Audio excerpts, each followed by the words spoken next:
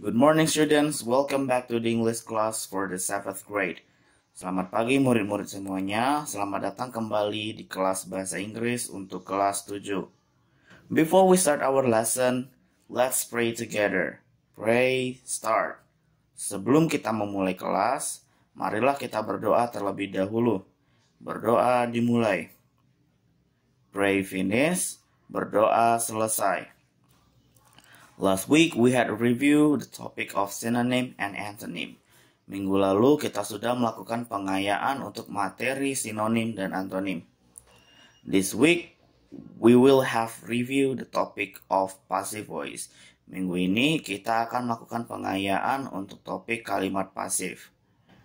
The purpose of the study is the students can understand the concept of passive voice in sentences. Tujuan dari pembelajaran hari ini ialah siswa mampu memahami konsep kalimat pasif di dalam sebuah kalimat. Do the pretest given from the teacher in the classroom before you continue to study. Kerjakan terlebih dahulu pretest yang diberikan oleh guru kamu di dalam kelas sebelum melanjutkan belajar. Now, let's get started to study. Sekarang, ayo kita mulai belajar.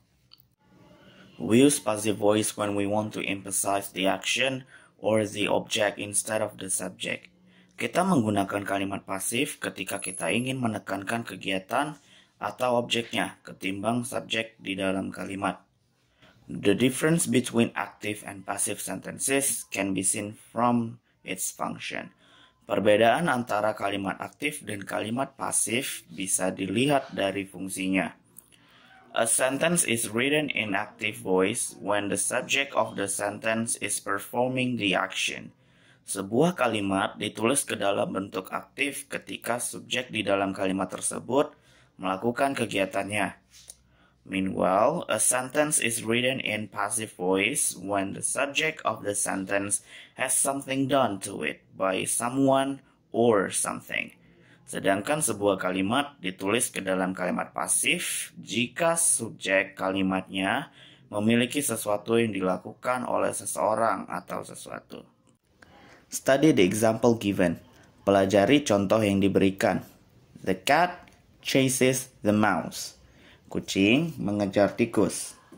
In this sentence, the cat is the subject, chase is the verb, and the mouse is the object.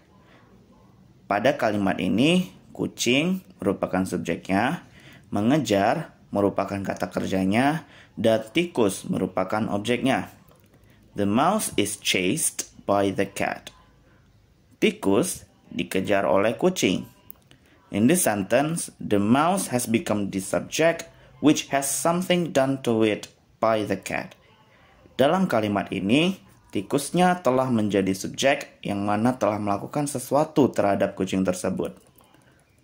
Passive voice is formed by using auxiliary verb or to be followed by verb 3.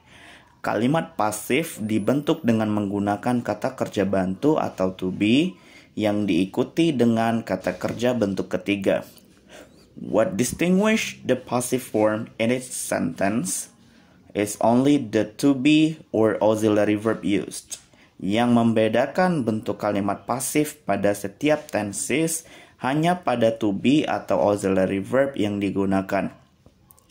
You may see the table given to notice the difference. Kamu bisa melihat tabel berikut ini untuk melihat perbedaannya. To have a better understand with the use of passive sentences in several tenses, you can see the examples of simple sentences that distinguish between active and passive in different tenses. Untuk lebih memahami penggunaan kalimat pasif dalam beberapa tenses, berikut ini kamu bisa melihat contoh kalimat yang simple untuk membedakan antara kalimat aktif dan kalimat pasif pada tenses yang berbeda. The conclusion for our lesson, passive voice is used when we want to emphasize the action or the object instead of the subject. Kesimpulan pada pembelajaran kita ialah kalimat pasif digunakan ketika kita ingin menekankan kegiatan atau objeknya ketimbang subjek di dalam kalimat. Exercise latihan. Read the passage of the Mammoth's Tale on page 147, paragraph B. Distinct the active and passive sentences for each sentences in paragraph B. Baca petikan kisah mamut di halaman 147 paragraf B. Bedakan yang mana kalimat aktif dan yang mana kalimat pasif untuk setiap kalimat pada paragraf B. For the next lesson, you will have a reading practice.